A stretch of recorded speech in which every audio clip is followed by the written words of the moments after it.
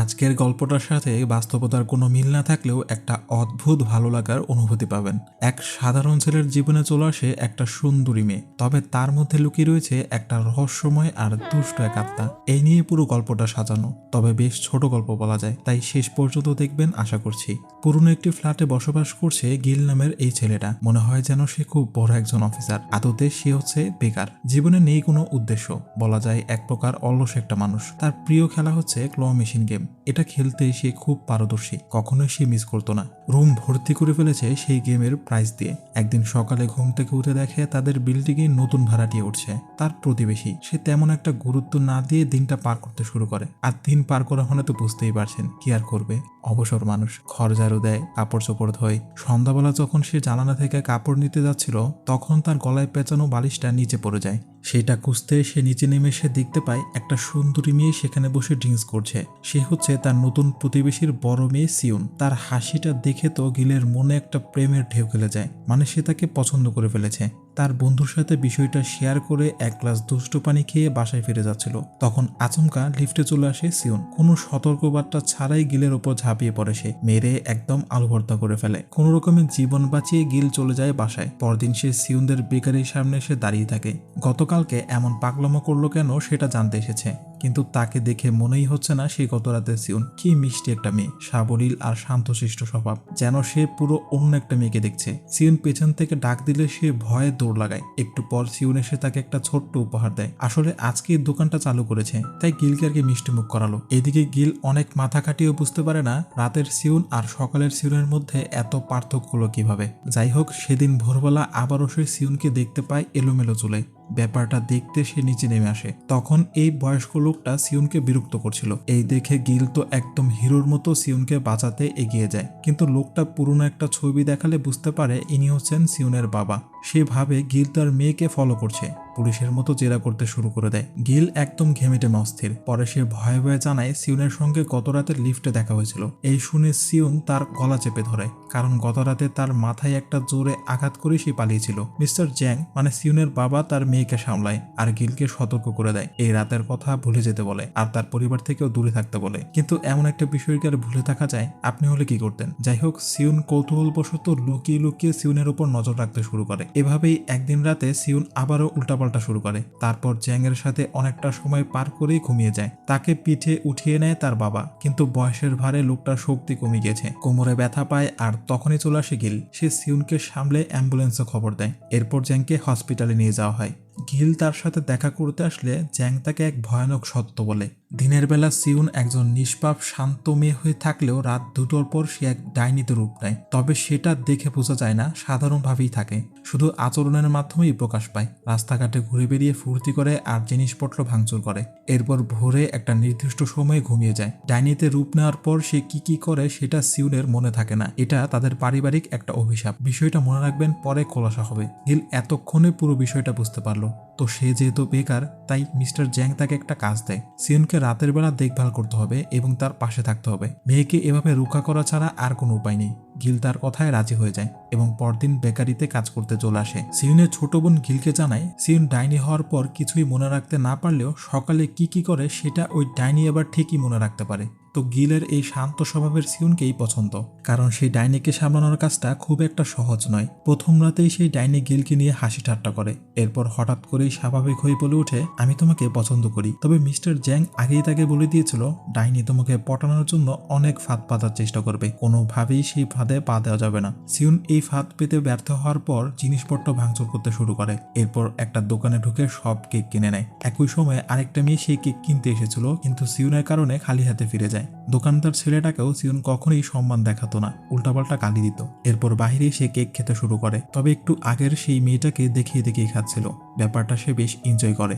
গিল তখন তাকে একটু শান্ত হতে বললে সে আরো বেশি রাগান্বিত হয়ে যায় এবং ভাঙচুর শুরু করে দেয়। একটা পোকা হাতে নিয়ে বলে, এখনই এটা খেয়ে ফেলবো। গিল তার হাত ধরে সরি বললে শান্ত হয় সে। পরদিন রাতে দোলনায় চড়ার সময় ভুল করে গিল তাকে নিচে ফেলে দেয়। বুঝতেই পারছেন এখন কি হবে। গিলকে পুরো রাস্তায় তাড়া করে বেড়ায়। এত দৌড়ঝাঁপ আর কষ্টের মাঝেও গিলের একমাত্র স্বস্তি হচ্ছে দিনের বেলা যখন সে নিষ্পাপ সিউনকে দেখতে পেত। তো একদিন গিল সিউনের ছোট বোনকে জিজ্ঞাসা করে তারা ওই ডাইনিটাকে তাড়ানোর জন্য কোনো মন্ত্র বা ধার্মিক বিষয়ের আশ্রয় নিয়েছিল কিনা।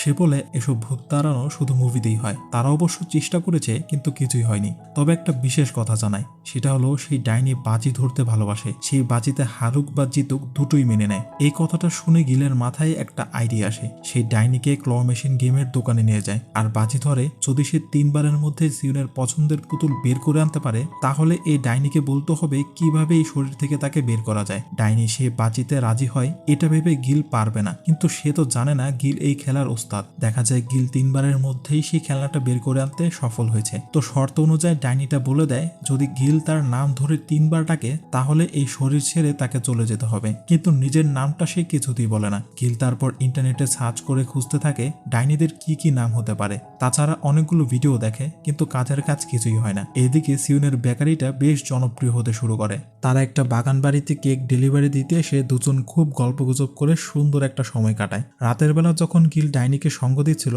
তখন দেখা যায় একটা লোক ব্রিজের ওপর দাঁড়িয়ে আছে জীবন শেষ করার জন্য।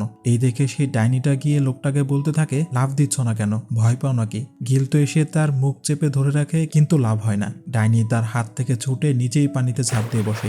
এই দেখে গিলের মাথা নষ্ট হয়ে যাওয়ার মতো অবস্থা হয়, ভাবে সিউন ডুবে মারা যাবে। কিন্তু সবাইকে অবাক করে দিয়ে সেই ডাইনি হাত পা ঝাপটিয়ে সাঁতার কাটতে শুরু করে, যেন একটা জলপরি। তার এমন পাগলামো দেখে সেই লোকটার ঝাঁপ দেয় না। সে বলে আমার থেকে বড় পাগল তো এই মেয়ে। সকাল হতেই মিস্টার জ্যাং তাকে বকাঝকা করতে থাকে, মেয়েকে রক্ষার দায়িত্ব দিল, সেই জায়গায় তাকে নিয়ে সুইমিং করে বেড়াচ্ছে।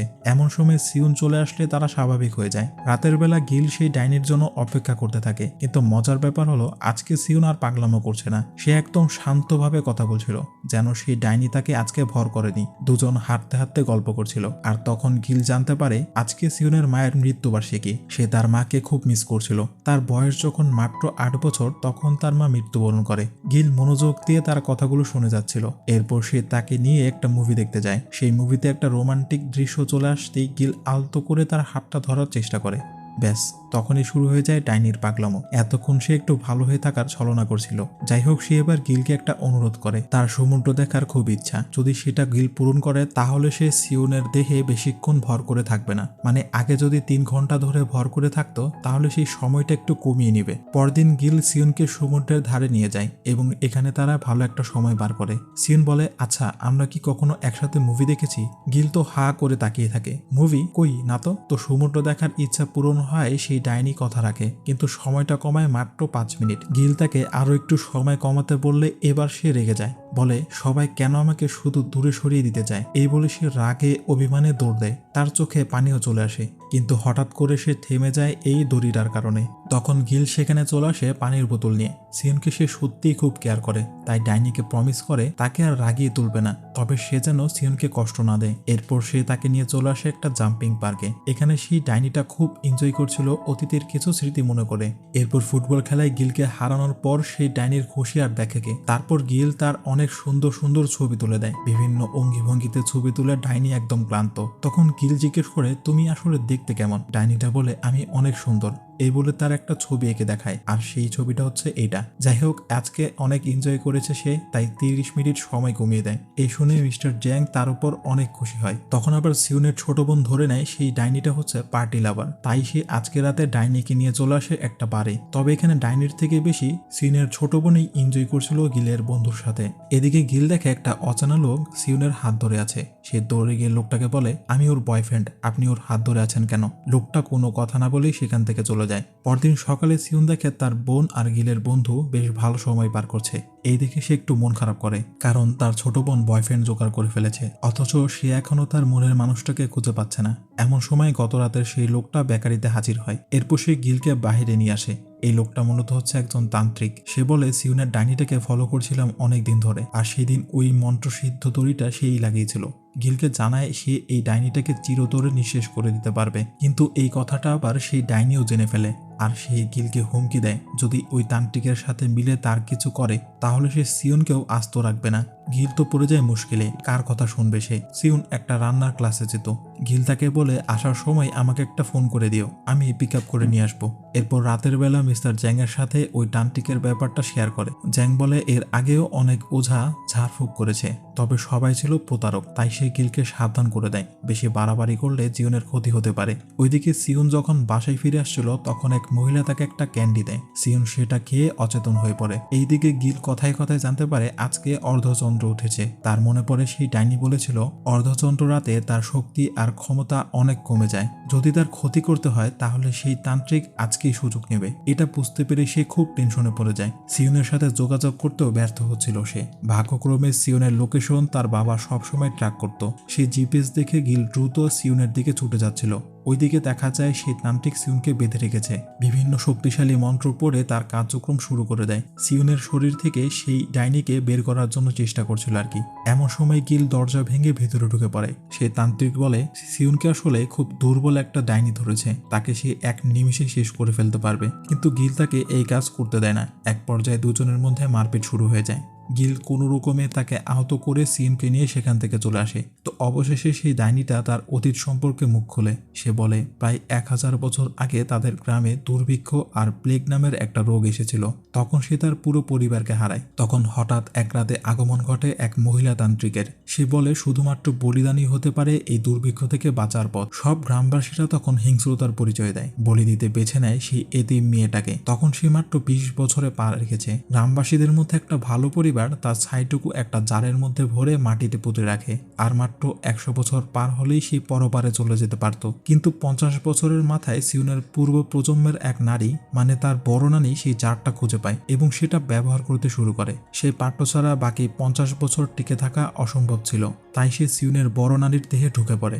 এরপর থেকে সে সিউনদের পরিবারেই একটা অভিশাপের মতো থেকে যায়। বছরের পর বছর ধরে সে এভাবেই আশ্রয় নিয়ে বেঁচেছিল, যাতে ওঝারা তাকে খুঁজে না পায়। সে সিউনের পরিবারকে বেশি দিন এক জায়গায় থাকতে দিত না। তার ভয় হতো ওঝারা বা মানুষরা তার ক্ষতি করে দেবে। তাই সে অনেক শক্তিশালী আর ভয়ানক এক রাক্ষসী, এটা বোঝানোর জন্য জিনিসপত্র ভাঙচুর করত।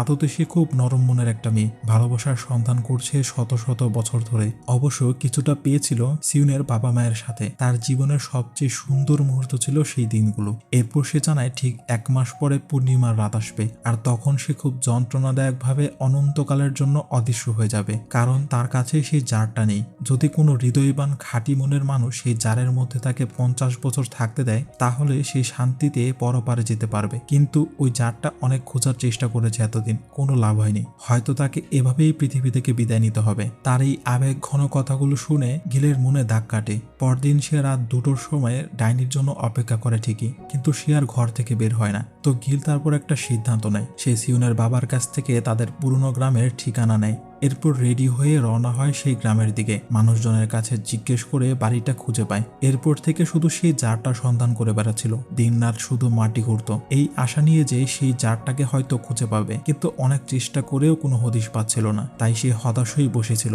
তখন একটা পাখির চিচির মিচির আওয়াজ শুনে তার নজর কাড়ে। সেই পাখিটা বসেছিল একটা বিশাল পাথরের উপর। গিলের কেন জানি মনে হয় এই পাথরের নিচেই সেই জারটা। সে অনেক কষ্ট করে সেই পাথরটা সরায় এবং সত্যি সত্যিই সেখান থেকে জারটা খুঁজে পায়, যেন প্রকৃতি তাকে সাহায্য করলো এটা খুঁজে পেতে। গিল তাড়াতাড়ি করে সেটা তুলে নিয়ে ব্যাগের মধ্যে ঢুকিয়ে এক দৌড় লাগায়। জারটাকে সে নিজের বুকের সাথে জড়িয়ে ধরে রাখে, যেন এটা পৃথিবীর সব থেকে মূল্যবান বস্তু। এইদিকে আজকেই ছিল পূর্ণিমার রাত। সেই ডাইনি প্রথমে একটু সাজুগুজু করে তার বোনের রুমে আসে। তাকে আদর করে বের হয়ে জ্যাংয়ের সাথে তারা সেই সুপার শপটায় যায়। তবে আজকে আর ওই মেয়েটাকে বিরক্ত করে না, এমনকি এই প্রথমবার দোকানদার ছেলেটাকে সম্মান দিয়ে কথা বলে। এরপর সে জ্যাংয়ের সাথে হেঁটে হেঁটে গল্প করছিল। জ্যাংকে হেঁটে যেতে দেখে অতীতের দিনগুলো মনে পড়তে থাকে। সেই ছোটবেলা থেকে এই ডাইনির যন্ত্রণা সহ্য করে আসছিল বেচারা, কিন্তু কখনো তাকে ছেড়ে যায়নি। এই জন্য সে তার কাছে কৃতজ্ঞ। এই বুড়ো মানুষটাকে আর কষ্ট সহ্য করতে হবে না। একটু পরেই সে হারিয়ে যাবে চিরতরে। অপেক্ষা করছিল গিলের জন্য। শেষবার তাকে দেখতে ইচ্ছে করছে তার। এমন সময় গিল দৌড়ে সেখানে চলে আসে, হাত ধরে নিয়ে যায় তার প্রিয় বাগানে। এরপর ব্যাগ থেকে বের করে সেই জারটা দেখায়। গিল সেই জারটা পরিষ্কার করে এনেছিল। আগামী 50 বছর সে এই জারটার খেয়াল রাখবে। ডাইনি দেখতে পায় গিল একদম কাদা মাটিতে একাকার। এই দেখে সে বলে এটা খুঁজতে এত কষ্ট করতে গেলে কেন? গিল বলে তোমার সাথে এত সময় কাটিয়ে আমি বুঝতে পেরেছি তুমি আসলে ভয়ঙ্কর না, বরং এর উল্টো। আড়ালে হাসো, ক্লান্ত হয়ে গেলে ঘুমিয়ে পড়ো, এমনকি ফুল গাছা পানিও দাও যাতে সেটা শুকিয়ে না যায়। এরকমটা শুধু ভালো মনের মানুষই করতে পারে। সে আশা করে এমন কিউট একটা ডাইনি যেন তার দুঃখ ভরা অতীত ভুলে যায়, তাই এত খাটাখাটনি। গিলের এমন খাঁটি ভালোবাসা দেখে ডাইনি অবশেষে কান্নায় ভেঙে পড়ে। যে কিনা সবসময় দুষ্টুমি করে বেড়াতো। অঝরে কান্না করতে করতেই তার আসল নামটা অবশেষে বলে, আর সেটা হচ্ছে মুন।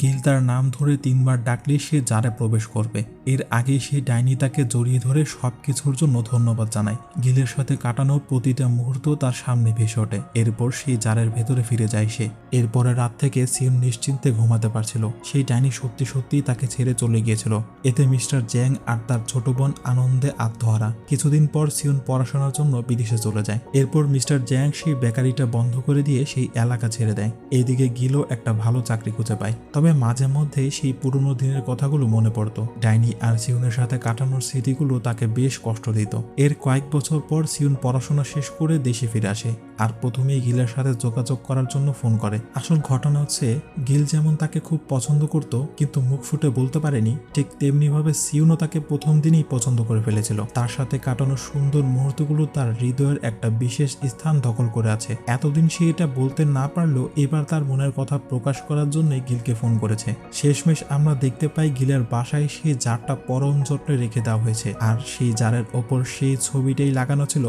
যেটা ওই ডাইনিটা এঁকে দিয়েছিল। কিউট না ব্যাপারটা? যাই হোক, এখানেই এই গল্পের সমাপ্তি। তো কেমন লাগলো গল্পটা আশা করছি কমেন্টে জানিয়ে দিবে। এর আগের গল্পটাও কিন্তু ভালোই ছিল, দুষ্টু মিষ্টি একটা লাভ স্টোরি, সেটাও চাইলে দেখে নিতে পারো। ফিরে আসবো নতুন কোনো গল্প নিয়ে, সেই পর্যন্ত ভালো থেকো।